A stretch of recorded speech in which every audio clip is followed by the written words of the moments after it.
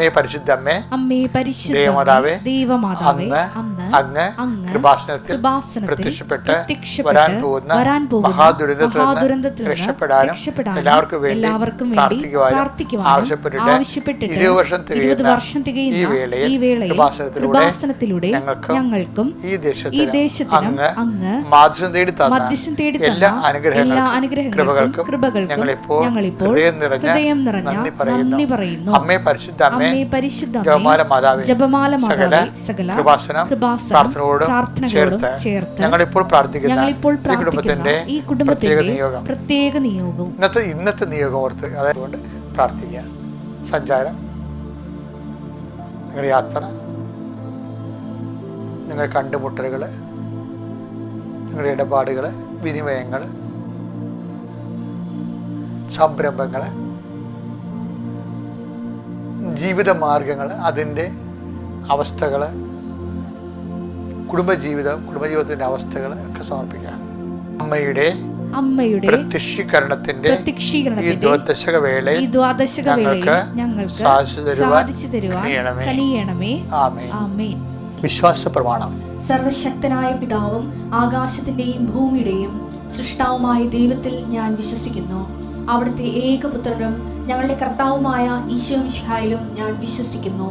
ഈ പുത്രൻ പരിശുദ്ധാത്മാവിനാൽ ഗർഭസ്ഥനായി കന്യകാമറിയത്തിൽ നിന്ന് പിറന്ന് പൊന്തിയോസ് പീലാത്തോസിന്റെ കാലത്ത് പീഡകൾ സഹിച്ച് കുരിശിൽ തറയ്ക്കപ്പെട്ട് മരിച്ച് അടക്കപ്പെട്ട് പാതാളങ്ങളിൽ ഇറങ്ങി മരിച്ചവരുടെ ഇടയിൽ നിന്ന് 3-ാം നാൾ ഉയർത്ത് സ്വർഗത്തിലേക്ക് എഴുന്നള്ളി സർവശക്തിയുള്ള പിതാവായ ദൈവത്തിന്റെ വലതുഭാഗത്തിരിക്കുന്നു.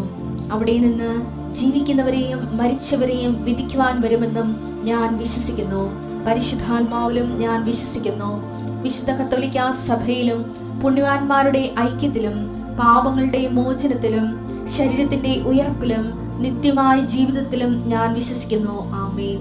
സുഖസ്ഥനായ ഞങ്ങളുടെ പിതാവേ, അങ്ങയുടെ നാമം പൂജിതമാകണമേ. അങ്ങയുടെ രാജ്യം വരണമേ.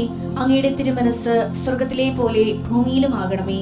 അന്നു വേണ്ടുന്ന ആഹാരം ഇന്ന് ഞങ്ങൾക്ക് തരണമേ.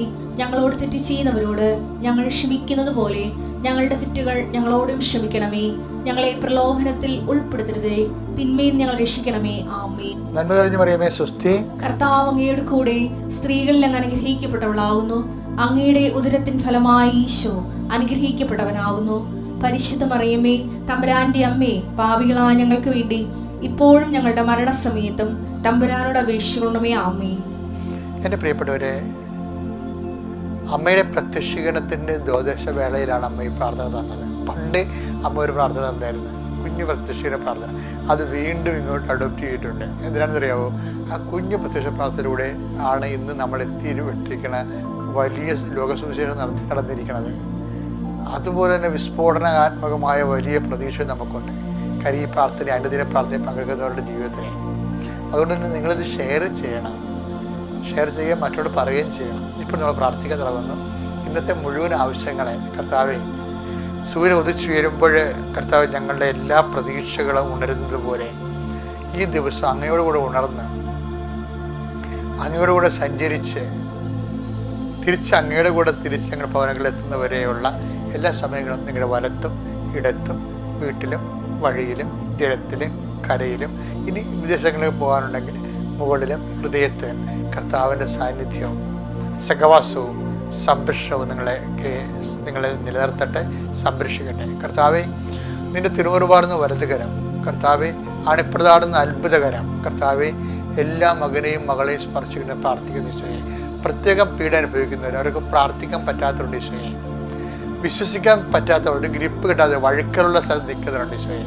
അങ്ങനെ തന്നെ 71-ാം സങ്കീർത്തനത്തിൽ 18-ാം വാക്യത്തിൽ പറഞ്ഞിട്ടുണ്ട്, ഞാൻ നിന്നെ തെന്നുന്ന സ്ഥലത്ത് നിർത്തിയിരിക്കുന്നു. ഈ പരീക്ഷണത്തിൻ്റെ കാലഘട്ടത്തിൽ ചുവടിറക്കാത്ത, പ്രാർത്ഥിക്കാൻ പറ്റിയിട്ടില്ല, പ്രാർത്ഥിച്ച് വിശ്വസിക്കാൻ പറ്റിയിട്ടില്ല, ദൈവത്തെ വിശ്വസിക്കാൻ പറ്റിയിട്ടില്ല, അങ്ങനെയുള്ള എല്ലാവരെയും കർത്താവ് അവരുടെ അനുഭവങ്ങൾ കൊണ്ടും അവർക്ക് ആവശ്യമായ ബോധ്യങ്ങൾ കിട്ടാതിരുന്നത് കൊണ്ടും പലരും ദൈവത്തെ വിശ്വസിക്കാൻ പറ്റാത്തതുണ്ട്. അവരെ ഞങ്ങൾ പ്രത്യേകം ഓർപ്പിച്ച് പ്രാർത്ഥിച്ചു.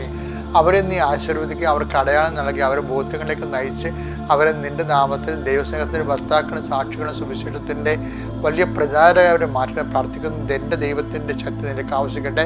നിൻ്റെ ജീവിതത്തിൻ്റെ ഓരോ ഖണ്ഡങ്ങൾ, രോഗങ്ങളുള്ളവരെ കർത്താവെ നീ സുഖപ്പെടുത്തണമേ. അതുപോലെ തന്നെ മനഭാരമുള്ളവരെ, ഭാരങ്ങളെ കർത്താവ് അധ്വാനിക്കുന്നവർ ഭാരം വഹിക്കുന്നതിനിടയ്ക്ക് വരികയെന്ന് 11:22 മത്തായി സുവിശേഷം അങ്ങ് പറഞ്ഞിട്ടുള്ള ഈശോയെ, അങ്ങനെ വാഗ്ദാനം അനുസരിച്ചുകൊണ്ട് ഭാരം വഹിക്കുന്നവരുടെ ഭാരങ്ങളെ കർത്താവ് അങ്ങ് ഏറ്റെടുത്തുകൊണ്ട് കർത്താവെ അവരെ സന്ധിക്കണമെന്ന് പ്രാർത്ഥിക്കുന്നു. അത് സാക്ഷ്യം പറയാനുള്ള അടയാളങ്ങൾ നൽകി കർത്താവെ ദൈവത്തിൻ്റെ കരുണ നിങ്ങൾക്ക് ആവശ്യിക്കട്ടെ. എൻ്റെ കർത്താവിൻ്റെ ഉന്നതമായ നാമത്തിൽ നിങ്ങളുടെ എല്ലാ ജീവിത മണ്ഡലങ്ങളും കർത്താവ് സ്പർശിക്കട്ടെ. നിങ്ങളുടെ യാത്രകൾ, സഞ്ചാരങ്ങൾ, വിനിമയങ്ങൾ, അതുപോലെ എല്ലാ മേഖലകളിലും കർത്താവ് നിറഞ്ഞു നിൽക്കട്ടെ. അടയാളങ്ങൾ കൊണ്ടുകൊണ്ട് കർത്താവ് നിങ്ങളുടെ വിശ്വാസത്തിൻ്റെ വചനങ്ങളെ സ്ഥിരീകരിക്കട്ടെ. ദൈവത്തിൻ്റെ കരുണ നിങ്ങൾ ആവശ്യിക്കട്ടെ. I command you in the name of Jesus Christ, you be blessed. എൻ്റെ പ്രിയപ്പെട്ട, ഇന്ന് നമ്മൾ വായിക്കുന്ന വചനം പ്രഭാഷകനാണ്. പ്രഭാഷകൻ 36-ാം അധ്യായം 8-ാമത്തെ വാക്യം. വാഗ്ദാനം അനുസ്മരിച്ച് അങ്ങ് കാലത്തെ ത്വരിപ്പിക്കണമേ. അങ്ങയുടെ കരുത്തേറിയ പ്രവർത്തനങ്ങളെ ജനം പ്രകീർത്തിക്കട്ടെ. അതായത് ഈ ദൈവത്തിൻ്റെ വാഗ്ദാനത്തിലുള്ളതാണ് എന്താണ്? ഈ സമയത്തെ ത്വരിപ്പിക്കുക, ടൈം ഷോർട്ട് ചെയ്യുക എന്നുള്ളത്. അപ്പോൾ നമുക്ക് ഒരു കാലത്ത് ഇപ്പോൾ എന്തെങ്കിലും ഒരു രോഗം ഉണ്ടായി, അത് ഷോർട്ട് ടൈമിൽ ഹീലാകാൻ നമുക്ക് പ്രാർത്ഥിക്കാം. കാര്യം എന്താണ്? അത് വാഗ്ദാനത്തിലുള്ളതാണ്. അതുപോലെ നിങ്ങൾക്ക് വർഷങ്ങളുടെ ജോലി കിട്ടിയിട്ടില്ല, നിങ്ങൾക്ക് ജീവിത പങ്കാളി കിട്ടണില്ല, അതിന് ടൈം ഷോർട്ട് ചെയ്യാൻ നിങ്ങൾക്ക് പ്രാർത്ഥിക്കാം. എന്താ കാര്യം? അത് വാഗ്ദാനത്തിലുള്ളതാണ്. പിന്നെ ടൈം ഷോർട്ട് ചെയ്യുമ്പോൾ അതാണ് ഉടമ്പടിയുടെ ഒരു പ്രധാനപ്പെട്ട ടൈം ഷോർട്ടനിങ് ആണ്, സമയച്ചുരുക്കം എന്ന് പറയും. അത് സമയച്ചുരുക്കം എപ്പോഴാണ് സംഭവിക്കണമെന്ന് ചോദിച്ചു കഴിഞ്ഞാൽ അതിൻ്റെ വാക്ക് അടുത്ത വചനം ഒന്നുകൂടി വായിച്ചേ. അതായത് വായിച്ചോളൂ. വാഗ്ദാനം അനുസ്മരിച്ച് അങ്ങ് കാലത്തെ ത്വരിപ്പിക്കണമേ. അങ്ങയുടെ കരുത്തേറിയ പ്രവർത്തനങ്ങളെ ജനം പ്രകീർത്തിക്കട്ടെ. അതാണ് പ്രശ്നം. ഈ സമയത്തെ ത്വരിപ്പിക്കുന്നതിനുള്ള മാർഗം എന്താണ്? അങ്ങയുടെ മഹത്വപൂർണമായ പ്രവർത്തനങ്ങൾ ജനം പ്രകീർത്തിക്കട്ടെ എന്ന് വെച്ച് കഴിഞ്ഞാൽ, കർത്താവെ എൻ്റെ ജീവിതത്തിൽ നീ പ്രവർത്തിക്കുന്ന വിഷയങ്ങൾ എന്നിലൂടെ നീ മഹത്വപ്പെടണം. അത് ഞാൻ സാക്ഷ്യപ്പെടുത്തി കഴിയുമ്പോൾ നീ ജനങ്ങളുടെ ഇടയിൽ മഹത്വപ്പെടും. അപ്പം ദൈവത്തെ ജനങ്ങളുടെ ഇടയിൽ മഹത്വപ്പെടുത്താൻ കഴിഞ്ഞാൽ തീർച്ചയായിട്ടും നിൻ്റെ ടൈം ഷോർട്ട് ചെയ്ത് വരും. അത് നീ പ്രാർത്ഥിക്കണം. അപ്പം നിനക്ക് കാര്യം നടക്കേണ്ട, കല്യാണം നടക്കണില്ല, എനിക്ക് മക്കളുണ്ടാകുന്നില്ല, എൻ്റെ ജോലി താമസിക്കണം എന്നല്ല പറയേണ്ടത്. കർത്താവ്, ഈ സമയം ചുരുക്കാൻ വേണ്ടി ഞാൻ നിന്നെ ജനതകളുടെ ഇടയിൽ നിൻ്റെ മഹത്വത്തെ പ്രകീർത്തിക്കും. എന്നിട്ട് നിങ്ങൾ മറ്റു മനുഷ്യർ എന്ത് പറഞ്ഞാലും ശരി, ദൈവത്തെ മറ്റുള്ളവർക്ക് കൈമാറാനും ദൈവത്തെ മറ്റുള്ളവരുടെ മുമ്പിൽ മഹത്വപൂർണ്ണമാക്കാനും വേണ്ടി നീ നടപടി തുടങ്ങിക്കോ. എപ്പോഴും ടൈം ഷോർട്ട് സംഭവിച്ചെന്ന് പറഞ്ഞാൽ മതി. ഇത് വലിയൊരു കീ വേർഡാണ്, താക്കോൽ വാക്കാണ്. നിനക്ക് നടക്കണില്ലെന്ന് വീട്ടിൽ കുത്തിരിക്കണേ. എന്നിട്ട് ഞാൻ എല്ലാ പള്ളിയും പോയി എല്ലാ ദൈവത്തെയും വിളിച്ചത്. നീ എന്ത് ദൈവത്തെ വിളിച്ചു? നീ ഓരോ ദൈവത്തെയും വിളിച്ചില്ല. വിളിച്ച് കാണും, പക്ഷേ വിളിക്കേണ്ട പോലെ വിളിച്ചില്ല. വിളിക്കേണ്ട പോലെ എന്ന് വെച്ച് കഴിഞ്ഞാൽ ആദ്യം നീ ഓർക്കണം, നിന്നെ ഒരാളെ രക്ഷപ്പെടുത്തിയ ദൈവത്തിന് എന്താ പ്രയോജനം? അത് നീ ചിന്തിക്കണ്ടേ. ചുമ്മാ മനുഷ്യരോട് ചിന്തിച്ചാൽ പോലും അത് സിങ്കാവുമല്ലോ. നിന്നെ ഒരാളുടെ കാര്യം നിറവേറ്റിയതുകൊണ്ട് ദൈവത്തിന് എന്താ പ്രയോജനം? അപ്പോൾ ആദ്യം തന്നെ ദൈവത്തിൻ്റെ ഭാഗമെടുത്ത് മാറ്റണം. ദൈവത്തിന് പ്രയോജനമുള്ള ഒരു ജീവിതം തുടങ്ങിക്കഴിയുമ്പോൾ ദൈവം വാഗ്ദാനം ടൈം ഷോർട്ടാക്കി തരും. ഓക്കെ? അപ്പോൾ ഇന്ന് മുതൽ ദൈവത്തിന് വേണ്ടി മറ്റ് മനുഷ്യരുടെ മുമ്പിൽ ദൈവത്തെ മഹത്വപ്പെടുത്താൻ വേണ്ടി നീ പ്രവർത്തിക്കാൻ തുടങ്ങുക. നിൻ്റെ നിറവേറാത്ത കാര്യങ്ങളെല്ലാം ദൈവം ഇന്ന് മുതൽ അതിൻ്റെ സമയം ചുരുക്കി തരും. അങ്ങനെ ദൈവം നിങ്ങൾ അനുഗ്രഹിക്കട്ടെ എന്ന് പ്രാർത്ഥിക്കുന്നു. എൻ്റെ പേര് സിക്സി ജോബി. ഞാൻ ചാലക്കുടിയിൽ നിന്ന് വരുന്നു. ആദ്യമായി ഞാൻ ഉടമ്പടി എടുത്തത് ഏപ്രിൽ 1, 2022 ഞാനൊരു നഴ്സാണ്. 18 വർഷമായി പല സ്ഥലങ്ങളിലായി ജോലി ചെയ്ത് വരികയായിരുന്നു. വിദേശത്തേക്ക് പോകുന്നതിന് വേണ്ടി ഒരുപാട് ഞാൻ ട്രൈ ചെയ്തു. പക്ഷേ ആ സമയത്തൊന്നും എനിക്ക് ഒന്നും ശരിയാവുന്നുണ്ടായിരുന്നില്ല. കഴിഞ്ഞ 3 വർഷമായി ഇതിന് വേണ്ടിയിട്ട് ഞാൻ തീവ്രമായി പരിശ്രമത്തിലായിരുന്നു. പക്ഷേ ആ സമയത്തൊക്കെ ഓരോ ഏജൻസിയിലും ഞാൻ കൊടുത്തിടും, പക്ഷേ പൈസ പോകുന്നതല്ലാതെ ഒന്നും ശരിയാവുന്നുണ്ടായിരുന്നില്ല. വളരെയേറെ വിഷമിച്ചിരിക്കുന്ന സമയത്താണ് ഇങ്ങനെ ഞാൻ കൃപാസനത്തെക്കുറിച്ച് എൻ്റെ ഒരു കൂട്ടുകാരി വഴിയായിട്ട് അറിയുന്നത്. ആ സമയത്ത് തന്നെ ഞാൻ ഉടമ്പടി എടുക്കാൻ തീരുമാനിച്ചു. ഞാൻ വളരെയേറെ വിഷമത്തോടെയാണ് ഞാൻ ഈ മാതാവിൻ്റെ പുണ്യഭൂമിയിൽ കാലുകുത്തിയത്. പക്ഷേ ആ സമയം എനിക്ക് നല്ലൊരു ധൈര്യം ഉണ്ടായിരുന്നു. ഇവിടെ ഞാൻ വരുന്ന സമയത്ത് എന്തായാലും മാതാവ് എന്നെ കൈവിടില്ല എന്നുള്ള ഒറ്റ പ്രതീക്ഷയോട് കൂടിയിട്ടാണ് ഞാൻ ഇവിടെ കടന്നു വന്നത്. ഉടമ്പടിയിൽ ഞാൻ ആദ്യത്തെ നിയോഗം വെച്ചത് എൻ്റെ ഈ ജോലിക്കാരൻ തന്നെയായിരുന്നു. കാരണം ഇത് മൂലമല്ലാതെ എനിക്ക് രക്ഷപ്പെടാൻ പറ്റില്ല. ഒരുപാട് നാൾ ഞാൻ നാട്ടിൽ നിന്ന് കഷ്ടപ്പെട്ടിട്ട് എനിക്കൊന്നും നേടാൻ പറ്റിയിട്ടില്ല. ഇനി അങ്ങോട്ട് മുന്നോട്ടുള്ള യാത്രയിൽ മാതാവിനെ കൂട്ടുപിടിച്ചുകൊണ്ട് തന്നെ മുന്നോട്ട് പോകാൻ തന്നെ ഞാൻ തീരുമാനിച്ചു. ആ സമയത്ത് ഏജൻസിയിൽ നിന്നും പൈസയൊക്കെ പോയതായിട്ട് ഞാൻ അറിഞ്ഞിരുന്നു. പക്ഷെ ഞാൻ തളർന്നില്ല. ഞാൻ വീണ്ടും മാതാവിനോടുള്ള ഉടമ്പടിയോടുകൂടി വിശ്വസ്തയോടുകൂടി ഞാൻ നിവർത്തിച്ചുകൊണ്ട് പോന്നു. എന്നാൽ കഴിയാവുന്ന വിധത്തിലൊക്കെ ഞാൻ ഉടമ്പടിയോട് വിശ്വസ്ത പുലർത്തി. ആ സമയത്ത് തന്നെ മാതാവ് എനിക്കൊരു വഴി കാണിച്ചു തന്നു. UK ഡയറക്റ്റായിട്ട് നമുക്ക് പോകാനുള്ള ഒരു സൗകര്യം ഒരു ഫ്രണ്ട് വഴിയായിട്ട് അവിടെ ആപ്ലിക്കേഷൻ വെക്കാനായിട്ട് എനിക്കിടയായി. ആ സമയത്ത് തന്നെ ഞാൻ നേരിട്ട് ആപ്ലിക്കേഷൻ വെച്ചു. അതിൽ എനിക്ക് സെലക്ഷൻ വന്നു. അതിനോടുകൂടി തന്നെ ഇൻ്റർവ്യൂ ഡേറ്റും കിട്ടി. അപ്പോൾ തന്നെ ഞാൻ അതിന് പ്രിപ്പയർ ചെയ്ത് മാതാവിനോട് നന്നായിട്ട് പ്രാർത്ഥിച്ച് ഒരുങ്ങി ഇൻ്റർവ്യൂവിൽ അറ്റൻഡ് ചെയ്ത് 3 പ്രാവശ്യം എനിക്ക് ഇൻ്റർവ്യൂ ഉണ്ടായിരുന്നു. അതും വളരെ ബുദ്ധിമുട്ടുള്ള ഇൻ്റർവ്യൂ ആയിരുന്നു. ആ സമയത്ത് ഞാൻ മാതാവിനോട് പ്രാർത്ഥിച്ചുകൊണ്ട് തന്നെ മാതാവിൻ്റെ കാശുരൂപം കയ്യിൽ വെച്ചുകൊണ്ട് ആ ഇൻ്റർവ്യൂവിൽ പങ്കെടുത്ത് അതിൽ ഞാൻ സെലക്ഷനായി. 3 ഇൻ്റർവ്യൂവും നന്നായി തന്നെ ഞാൻ പാസ്സായി. അതിൽ ഒരുപാട് പേര് പങ്കെടുത്ത ഇൻ്റർവ്യൂ ആയിരുന്നു. പക്ഷേ മാതാവ് എന്നെ ഒരുക്കി അതിൽ സെലക്ഷനായി. അതിൽ അവരുടെ നേരിട്ടുള്ള ഇൻ്റർവ്യൂ ആയിരുന്നു. ബ്രിട്ടീഷുകാരുടെ സ്ഥാപനമായിരുന്നു. അപ്പോൾ അതിൽ ബ്രിട്ടീഷ് അധികാരികൾ നടത്തുന്ന ഒരു ഹോസ്പിറ്റലാണ്. അപ്പോൾ അവരുടെ അണ്ടറിലായിരുന്നു ഇൻ്റർവ്യൂ ഉണ്ടായിരുന്നത്. അവർ പറയുന്ന ഇംഗ്ലീഷ് എന്നൊക്കെ പറഞ്ഞു കഴിഞ്ഞാൽ വളരെ ടഫായിട്ടുള്ള ഇംഗ്ലീഷാണ്. നമുക്ക് ഗ്രഹിക്കാനൊക്കെ ഭയങ്കര പാടാണ്. പക്ഷേ ആ സമയത്ത് എങ്ങനെയെന്നറിയില്ല, ഞാൻ പഠിച്ചതും പഠിക്കാത്തതുമായ ഒരുപാട് കാര്യങ്ങൾ ചോദിച്ചിരുന്നു. പക്ഷേ എനിക്കതെല്ലാം ആൻസർ ചെയ്യാൻ പറ്റി. അത് മാതാവിൻ്റെ ഒരൊറ്റ അനുഗ്രഹം കൊണ്ട് മാത്രമാണ്. പക്ഷേ ആദ്യത്തെ ഇൻ്റർവ്യൂ തന്നെ പാസ്സായി എന്ന് അറിഞ്ഞപ്പോൾ തന്നെ എനിക്ക് സന്തോഷമായി. ഇനി അങ്ങോട്ട് മാതാവ് എന്നെ സഹായിച്ചോളും. കാരണം എൻ്റെ എല്ലാ കാര്യങ്ങളും മാതാവിന് അറിയാം. ഇനി അങ്ങോട്ടുള്ള യാത്രയിലും മാതാവ് തന്നെ എനിക്ക് തുണയുള്ളൂ. രണ്ടാമത്തെ ഇൻ്റർവ്യൂവിൻ്റെ ഡേറ്റ് കിട്ടി, അതും പാസ്സായി. പിന്നെ വീണ്ടും ഫൈനൽ ഇൻ്റർവ്യൂ, അതും പാസ്സായി. അതും നന്നായിട്ട് തന്നെ പാസ്സായി. അത് കഴിഞ്ഞ് ഒരാഴ്ച കഴിഞ്ഞ് എനിക്ക് ഓഫർ ലെറ്റർ കിട്ടി.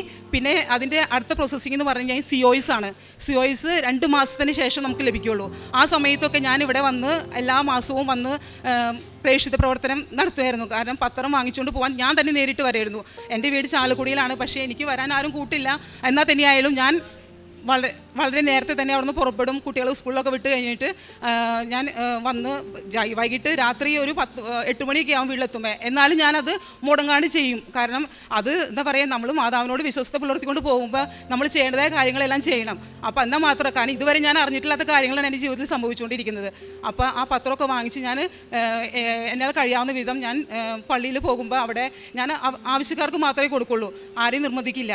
മാതാവിനെ കുറിച്ച് അറിയാവുന്നവർക്ക് മാത്രം അവർ എന്നിൽ നിന്ന് വാങ്ങിച്ചിട്ട് പോകും. പിന്നെ അതുപോലെ തന്നെ അടുത്തുള്ള ഗവൺമെൻറ് ആശുപത്രിയിൽ ഞാൻ ഇടയ്ക്ക് പോയി രോഗികളെ സന്ദർശിക്കുകയും അവരോടൊപ്പം കുറച്ച് നേരമൊക്കെ ഇരുന്ന് സംസാരിക്കുകയൊക്കെ ചെയ്യും. അവർക്കും ഞാൻ ഈ പത്രം കൊടുക്കും. അങ്ങനെ കൊടുത്ത് അപ്പോൾ അവരുമായിട്ട് ഷെയർ ചെയ്യുമ്പോൾ എനിക്ക് എന്താ പറയുക, നല്ലൊരു മനസ്സിനൊരു സന്തോഷവും കിട്ടും. കാരണം ഞാൻ ചെയ്തിരുന്ന പ്രവൃത്തികളാണല്ലോ. അതിപ്പോൾ ജോലിയൊക്കെ ചെയ്യാൻ വേണ്ടിയിട്ട് ഇല്ലാത്തപ്പോൾ നമ്മൾ അതൊക്കെ ചെയ്യണം. എന്നാലാണ് നമുക്ക് അതിനുള്ള അനുഗ്രഹം മാതാവ് തരുള്ളൂ. അപ്പോൾ ഞാൻ അതൊക്കെ ചെയ്ത് കഴിഞ്ഞതിന് ശേഷം എനിക്ക് COS 2 മാസം കഴിഞ്ഞപ്പോൾ തന്നെ എനിക്ക് COS കിട്ടി. ആ COS വരാൻ നേരത്തെ ചെറിയൊരു പ്രതിസന്ധികളൊക്കെ ഉണ്ടായിരുന്നു. പക്ഷേ അതൊക്കെ മാതാവ് തരണം ചെയ്തുകൊണ്ട് എനിക്കത് വാങ്ങിച്ചു തന്നു. അതിനുശേഷം COS വന്നതിന് ശേഷം എനിക്ക് വിസയ്ക്ക് അപ്ലൈ ചെയ്യണമായിരുന്നു. ആ വിസയ്ക്ക് അപ്ലൈ ചെയ്യുന്ന സമയത്ത് അവിടെ ഒരു തടസ്സം എന്ന് പറയാനായിട്ട് എൻ്റെ 2 സർട്ടിഫിക്കറ്റുകളുടെ ഡേറ്റുകൾ കഴിയാറായി നിൽക്കുക. അത് പുതുക്കണമെങ്കിൽ ആ ഡേറ്റ് കഴിഞ്ഞതിന് ശേഷം മാത്രമേ എനിക്കത് രജിസ്റ്റർ ചെയ്യാൻ പറ്റുള്ളൂ. പക്ഷേ 1 മാസമേ ഉള്ളൂ. 1 മാസത്തിനുള്ളിൽ തന്നെ എനിക്ക് വിസയ്ക്ക് അപ്ലൈ ചെയ്യണം. പക്ഷേ ഞാനത് ധൈര്യത്തോടു കൂടി മാതാവിനോട് പ്രാർത്ഥിച്ചുകൊണ്ട് തന്നെ 2 സർട്ടിഫിക്കറ്റ്, അത് ഒന്ന് എൻ്റെ മെഡിക്കൽ സർട്ടിഫിക്കറ്റ് ആണ്. അത് നേരത്തെ തന്നെ ചെയ്ത് വെക്കണമായിരുന്നു ഇവർക്ക് ആപ്ലിക്കേഷൻ വെച്ചപ്പോൾ. അതുപോലെ തന്നെ എൻ്റെ PCC, ഈ 2 കാര്യവും എൻ്റെ ഡേറ്റിനോട് അടുക്കാൻ പോവുക. കാരണം 1 മാസത്തെ ഡേറ്റ് വാലിഡിറ്റി അതിനുള്ളൂ. പക്ഷേ അതിനുള്ളിൽ തന്നെ എനിക്ക് ഈ വിസ വരണം. വിസ വരാനായിട്ട് 15 ദിവസത്തെ സമയം അവർ പറയുന്നു. പക്ഷേ നമ്മൾ വിസ ആപ്ലിക്കേഷൻ വെച്ച് കഴിഞ്ഞാൽ അപ്പോയിൻമെൻ്റ് എല്ലാം കിട്ടാനായിട്ട് ചുരുങ്ങിയത് 1 ആഴ്ച സമയമെടുക്കും. പക്ഷേ എൻ്റെ കാര്യത്തിൽ ഞാൻ ആപ്ലിക്കേഷൻ വെച്ച് 3 ദിവസം കഴിഞ്ഞപ്പോൾ തന്നെ എനിക്ക് ഡേറ്റ് കിട്ടി.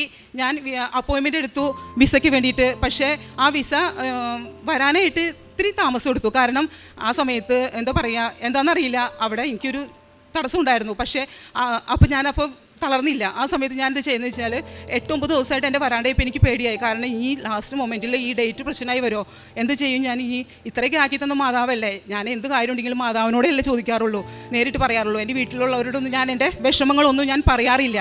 കാരണം നമ്മൾ പറയേണ്ടത് നേരിട്ട് പറയണം മാതാവിൻ്റെ അടുത്ത്. മാതാവ് അത് നമുക്ക് വേണ്ടി ഈശോയിലൂടെ സാധിച്ചു തരും.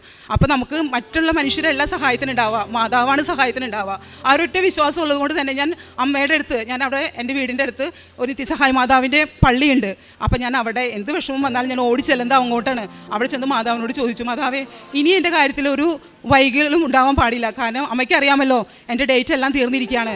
അപ്പോൾ എത്രയും വേഗം തന്നെ എനിക്ക് വിസ അടിച്ച് എൻ്റെ കയ്യിൽ കിട്ടണം. അതിന് എന്തായാലും മാതാവ് സഹായിച്ചേ പറ്റുള്ളൂ. ഞാൻ അവിടെ ഇരുന്ന് കരഞ്ഞ് പ്രാർത്ഥിക്കാൻ തുടങ്ങി. ഒരു കൊന്തയൊക്കെ എഴുത്തിച്ച് കഴിഞ്ഞതിന് ശേഷം ഞാൻ അവിടെ നിന്ന് ഇറങ്ങണേക്ക് മുമ്പ് മാതാവിനോട് ചോദിച്ചിരുന്നൊരു കാര്യമാണ്, ഇവിടെ നിന്ന് ഇറങ്ങുമ്പോൾ എനിക്ക് എന്തൊരു അടയാളം കാണിച്ചു തരണം, കാരണം എനിക്ക് ആരോടും ചോദിക്കാനില്ല, നേരിട്ടൊന്നും എനിക്ക് അറിയാനും കഴിയില്ല. അപ്പോൾ അമ്മ എനിക്ക് എന്തെങ്കിലും ഒരു അടയാളം കാണിച്ചു തരണം.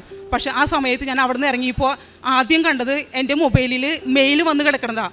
അതിൽ എനിക്ക് BRP കാർഡ് അപ്രൂവൽ ആയെന്ന്. അതിൻ്റെ അർത്ഥം വിസ ഓൾറെഡി അവിടെ നിന്ന് അവർ അപ്രൂവൽ ചെയ്ത് അവിടെ നിന്ന് കൊറിയർ വഴിയായിട്ട് അയച്ചിരിക്കുന്നു. പിറ്റേ ദിവസം തന്നെ എൻ്റെ വിസയും കിട്ടി. അങ്ങനെ ഞാനത് എന്താ പറയുക, മാതാവിനോട് നന്ദി പറഞ്ഞ് അവിടെ നിന്ന് ഇറങ്ങി. അതിനുശേഷം ഇപ്പോൾ ലാസ്റ്റ് എനിക്കൊരു തീരുമാനം ഉണ്ടായിരുന്നു, ഞാൻ എല്ലാ കാര്യങ്ങളും എനിക്ക് ടിക്കറ്റ് എല്ലാം കിട്ടിയതിന് ശേഷം ആദ്യം മാതാവിനോട് വന്ന് നന്ദി പറഞ്ഞതിന് ശേഷം മാത്രമേ മറ്റുള്ളവരോട് ഞാൻ പറയുള്ളൂ എന്ന്. കാരണം എനിക്ക് മാതാവായിട്ട് നടത്തി തന്ന കാര്യമാണ്, അത് മാതാവ് വഴിയായിട്ടേ മറ്റുള്ളവർ അറിയാവൂ. ഈ സാക്ഷ്യം അതിനുള്ളതാണ്. അപ്പോൾ അത് ഞാൻ വന്ന് എനിക്ക് പിന്നെ ഒരു ഇതും കൂടെ ഉണ്ടായിരുന്നു, ടിക്കറ്റിൻ്റെ കാര്യം. കാരണം ഡേറ്റ് എല്ലാം കഴിയാനായിട്ട് പോവാണ്, എനിക്ക് 28-ന് മുമ്പായിട്ട് അവിടെ എത്തണം. അപ്പം ഞാൻ ഡേറ്റ് ഇട്ട് പ്രാർത്ഥിക്കാമെന്ന് കേട്ടിട്ടുണ്ട് സാക്ഷ്യങ്ങളിൽ. അപ്പോൾ ഇതിന് മുമ്പ് ഞാൻ എന്താ ചെയ്യുന്നത് വെച്ചാൽ, സാക്ഷ്യങ്ങളൊക്കെ കേൾക്കുമ്പോൾ നല്ല നല്ല സാക്ഷ്യങ്ങളൊക്കെ ഞാൻ എൻ്റെ മനസ്സിൽ ഞാൻ വെക്കും. കാരണം അതിൽ നല്ല കാര്യങ്ങൾ പറഞ്ഞതല്ല ഞാൻ എൻ്റെ ജീവിതത്തിൽ പ്രവർത്തിക്കാൻ നോക്കും. അപ്പോൾ അത് മറ്റുള്ളവർക്ക് പകർന്നു കൊടുക്കാനും അതുപോലെ തന്നെ മറ്റുള്ളവർക്ക് ഷെയർ ചെയ്യാനൊക്കെ നോക്കുമായിരുന്നു. അത് ആ സമയത്ത് എനിക്കാണെങ്കിൽ ഒരു ഇതുണ്ടായിരുന്നു, ഡേറ്റ് ഇട്ട് പ്രാർത്ഥിച്ച് കഴിഞ്ഞാൽ മാതാവ് നടത്തുന്നല്ല പറയണേ. എനിക്ക് 27-ാം തീയതി എന്നുള്ള ഡേറ്റ് ഉണ്ടെങ്കിൽ മാതാവ് എനിക്ക് അത് എൻ്റെ ടിക്കറ്റും ശരിയാക്കി തരണം, എന്നിട്ട് വേണം മാതാവിൻ്റെ നടക്കലേക്ക് എനിക്ക് വരാനായിട്ട്. അപ്പോൾ അത് വെച്ച് ഞാൻ പ്രാർത്ഥിക്കാൻ തുടങ്ങി. ഇന്നലെ ചൊവ്വാഴ്ച ഞാൻ ഇവിടെ മാതാവിൻ്റെ പള്ളിയിൽ നൊവേനയൊക്കെ ഉണ്ട്, അതായത് അന്തോണിസ് മൃഗാളും കൂടി ഇരിക്കുന്ന പള്ളിയാണ്. അവിടെ നൊവേനൊക്കെ കൂടി വന്ന് അച്ഛൻ്റെ ടോക്ക് നമ്മുടെ അച്ഛൻ്റെ ടോക്കെല്ലാം കേട്ട് കഴിഞ്ഞ് ഞാൻ അവിടെ ഇരിക്കുന്ന സമയത്ത് 7:30 വൈകിട്ട് 7:30 എൻ്റെ മൊബൈലിൽ വീണ്ടും ഒരു മെയിൽ വന്ന് കിടക്കാൻ ഞാൻ കാണില്ല. ഞാൻ തുറന്നു നോക്കുമ്പോൾ കാണുന്നത് എൻ്റെ ടിക്കറ്റും അപ്രൂവലായി. അതും 27-ാം തീയതിക്ക് തന്നെ എനിക്ക് ഇവിടുന്ന് പോകാവുന്ന രീതിയിൽ അമ്മ ഒരുക്കി തന്നു. അത് വലിയൊരു അനുഗ്രഹമാണ്. അപ്പോൾ തന്നെ ഞാൻ തീരുമാനിച്ചു, നാളെ രാവിലെ തന്നെ അവിടുന്ന് പോരണം ഇവിടെ സാക്ഷ്യം പറയാനായിട്ട്. കാരണം എൻ്റെ ജീവിതത്തിൽ എനിക്ക് കിട്ടിയ ഏറ്റവും വലിയ അത്ഭുതമാണ് ഈ ജോലി. എന്നത്തേക്കാ ടിക്കറ്റ് ശരിയാകണമെന്ന് ഡേറ്റ് ഇട്ട് പ്രാർത്ഥിച്ചേ? എന്നാണ് ടിക്കറ്റ് കിട്ടിയത്? ടിക്കറ്റ് 27-ാം തീയതിക്കാണ് ടിക്കറ്റ് എടുത്ത് തരണമെന്ന് മാതാവിനോട് അപേക്ഷിച്ചത്. കാരണം എനിക്ക് 28-ാം തീയതിക്കുള്ളിൽ അവിടെ എത്തണം. അപ്പോൾ ആ ഡേറ്റ് തന്നെ എനിക്ക് മാതാവ് ടിക്കറ്റ് ഒരുക്കി തന്നു. 27-ാം തീയതി ഞാൻ ഇവിടുന്ന് പോവുകയാണ്. മെസ്സേജ് വന്നത് 21-ാം തീയതി വൈകിട്ട്, ഇന്നലെ ചൊവ്വാഴ്ച 7:30 രാത്രിയിൽ വന്നു. അവിടുത്തെ സമയം 2 മണിയൊക്കെ ആയിട്ടുണ്ടാവും, UK ടൈം. അവരാണ് നേരിട്ട് ചെയ്യണേ. ഇപ്പം ഈ കിട്ടിയിരിക്കുന്ന അവസരം എന്ന് പറഞ്ഞു കഴിഞ്ഞാൽ 1 രൂപ പോലും ചെലവില്ലാണ്ട് എനിക്ക് പോകാൻ പറ്റണേ. പണ്ട് ഞാൻ ഏജൻസിക്ക് പൈസ കൊടുത്തിട്ടുണ്ടോ? 2 പ്രാവശ്യം പൈസ കൊടുത്ത് എൻ്റെ പൈസയൊക്കെ നഷ്ടമായിട്ടുണ്ട്. പക്ഷേ ഈ പ്രാവശ്യം എനിക്ക് മാതാവ് ഒരുക്കി തന്നത് 1 രൂപ പോലും ചെലവില്ലാണ്ട് അങ്ങോട്ട് പോകാനുള്ള എല്ലാ കാര്യങ്ങളും, ടിക്കറ്റും വിസയും ഒക്കെ ഫ്രീ ആയിട്ടാണ് കിട്ടിയേക്കണേ. അത് മാതാവിൻ്റെ ഒരു ഒറ്റ അനുഗ്രഹം കൊണ്ട് മാത്രമാണ് ഞാൻ വിശ്വസിക്കണേ. ഇതിൽ വരെ മനുഷ്യർക്കൊന്നും നമ്മളെ സഹായിക്കാൻ കഴിയില്ല മാതാവിനല്ലാതെ. അത് കൂടാണ്ട് വേറെ അനുഗ്രഹം എന്ന് പറഞ്ഞു കഴിഞ്ഞാൽ, നിയോഗത്തിൽ ഞാൻ വെച്ചിരുന്നത് എൻ്റെ വീടിൻ്റെ വിൽപ്പനയാണ്. കാരണം ഞാൻ ജോലി ചെയ്തുകൊണ്ടിരുന്ന സമയത്ത് ഒരു വീടൊക്കെ പണിതായിരുന്നു, നല്ലൊരു വീടൊക്കെ പണിതു. പക്ഷേ ജോലി ഇല്ലാണ്ടായി കഴിഞ്ഞ് ഇപ്പോൾ എനിക്കതിൻ്റെ ലോണും കാര്യങ്ങളൊന്നും അടയ്ക്കാൻ പറ്റണില്ല. കാരണം അത് അടയ്ക്കാൻ പറ്റാണ്ടായപ്പോൾ തന്നെ ഞങ്ങൾക്ക് ഭയങ്കര ടെൻഷനായി. ഇനി എന്ത് ചെയ്യും, അങ്ങോട്ട് മുന്നോട്ട് നിവർത്തിച്ചുകൊണ്ട് പോകാൻ പറ്റില്ല. അപ്പോൾ ഞങ്ങൾ തന്നെ തീരുമാനിച്ചു ആ വീട് വിൽപ്പനയ്ക്ക് വെക്കാമെന്ന്. അങ്ങനെ വിൽപ്പനയ്ക്ക് വെച്ചിട്ട് 1.5 വർഷമായിട്ട് വിൽപ്പന നടക്കണ്ടായിരുന്നില്ല. എല്ലാവരും വന്ന് നോക്കും, ഓരോരുത്തരും വന്ന് നോക്കും. ഏകദേശം അടുക്കുമ്പോഴേക്കും എന്തെങ്കിലും കാരണങ്ങൾ പറഞ്ഞ് അത് ഒഴിവായി പോകും. പക്ഷേ മാതാവിൻ്റെ അടുത്ത് വന്ന് ഉടമ്പടി എടുത്തതിന് ശേഷം ഏറ്റവും ആദ്യം എനിക്ക് നടത്തി തന്ന അനുഗ്രഹം ഇതായിരുന്നു, എൻ്റെ വീടിൻ്റെ വിൽപ്പനയായിരുന്നു. ഇവിടെ വന്ന് ഉടമ്പടി എടുത്ത് ഒരാഴ്ച കഴിഞ്ഞ് അതിൽ പറഞ്ഞ കാര്യങ്ങളൊക്കെ പ്രതീക്ഷിക്കുന്ന പ്രാർത്ഥന കാര്യങ്ങളൊക്കെ എല്ലാം ചെല്ലാൻ തുടങ്ങിയപ്പോൾ തന്നെ എനിക്കത് അറിയാൻ തുടങ്ങി. കാരണം ആളുകൾ പറഞ്ഞു, അവർക്ക് ഇഷ്ടപ്പെട്ടു. പിന്നെ അതുപോലെ തന്നെ പിന്നെ ഒരു കാര്യം എന്ന് പറഞ്ഞാൽ, എൻ്റെ ഭർത്താവിന് ഇതിനോടൊക്കെ മാനസികമായിട്ട് ആകെ തളർന്നിരിക്കുന്ന അവസ്ഥയിൽ ആൾക്ക് ഇതിനോടൊന്നും വിശ്വാസമില്ലായിരുന്നു. കാരണം ആൾ പറയുന്നത് എത്തോറും ദൈവത്തിനെ വിളിച്ചിട്ടും ദൈവമൊന്നും നമ്മളെ പ്രാർത്ഥന കേൾക്കണില്ലല്ലോ. പക്ഷേ ഞാൻ പറഞ്ഞു, ഞാനിപ്പോൾ ഉടമ്പടി എടുത്തുകൊണ്ട് വന്നതുകൊണ്ടും എന്തായാലും നമ്മുടെ കാര്യങ്ങളൊക്കെ മാതാവ് നമുക്ക് നടത്തി തരും. അങ്ങനെ ഇരിക്കുകയാണ് ഈ വിൽപ്പനയ്ക്കായിട്ട് ഒരു കൂട്ടർ വരുന്നു. അത് അവരാണെങ്കിൽ ഇഷ്ടപ്പെട്ട് നമുക്ക് അപ്പോൾ തന്നെ അഡ്വാൻസും പിന്നെ പിറ്റത്തെ ആഴ്ച കരാറും കഴിഞ്ഞു. ഒരു 2 മാസത്തിനകം ആ വീടിൻ്റെ വിൽപ്പനയും നടന്നു. അങ്ങനെ ഞങ്ങളുടെ കടങ്ങളൊക്കെ ഏകദേശം ഞങ്ങൾ വീട്ടി. അതിനുശേഷം ഞാൻ അവിടെ നിന്ന് ഇറങ്ങുന്നത് സ്വന്തമായിട്ടൊരു ഭവനം വയ്ക്കാൻ ഞങ്ങൾ ആലോചിക്കണില്ല, കാരണം ഞങ്ങളെ കൊണ്ട് അത് നിവർത്തിക്കില്ല. പക്ഷേ ഞാൻ അവിടെ നിന്ന് ഇറങ്ങുമ്പോൾ മാതാവിനോട് ഒരു വഴി ചോദിച്ചിരുന്നു, എനിക്ക് മുന്നോട്ട് പോകാനായിട്ട് എന്തെങ്കിലും ഒരു വഴി മാതാവ് കാണിച്ചു തരണമെന്ന്. പക്ഷേ ഞാൻ ഇറങ്ങിയെങ്കിലും വെറും കൈയോടെ ആയില്ല. എനിക്കിങ്ങനെ ഒരു അവസരം ഒരുക്കി തന്നുകൊണ്ടാണ് എൻ്റെ മാതാവ് എന്നെ അവിടെ നിന്ന് ഇറക്കിയത്. അപ്പോൾ ഞാൻ അവിടെ ചെന്നതിന് വാടക വീട്ടിൽ വാടക വീട്ടിലാണ് താമസിക്കുന്നത്. അവിടെ ഇരുന്നു കൊണ്ടാണ് ഞാൻ ഈ ഡയറക്റ്റ് ആപ്ലിക്കേഷൻ വയ്ക്കുന്നതും ഇൻ്റർവ്യൂ എല്ലാം അറ്റൻഡ് ചെയ്യുന്നതും പാസ്സാകുന്നതും എല്ലാ കാര്യങ്ങളും ശരിയാവുന്നതും.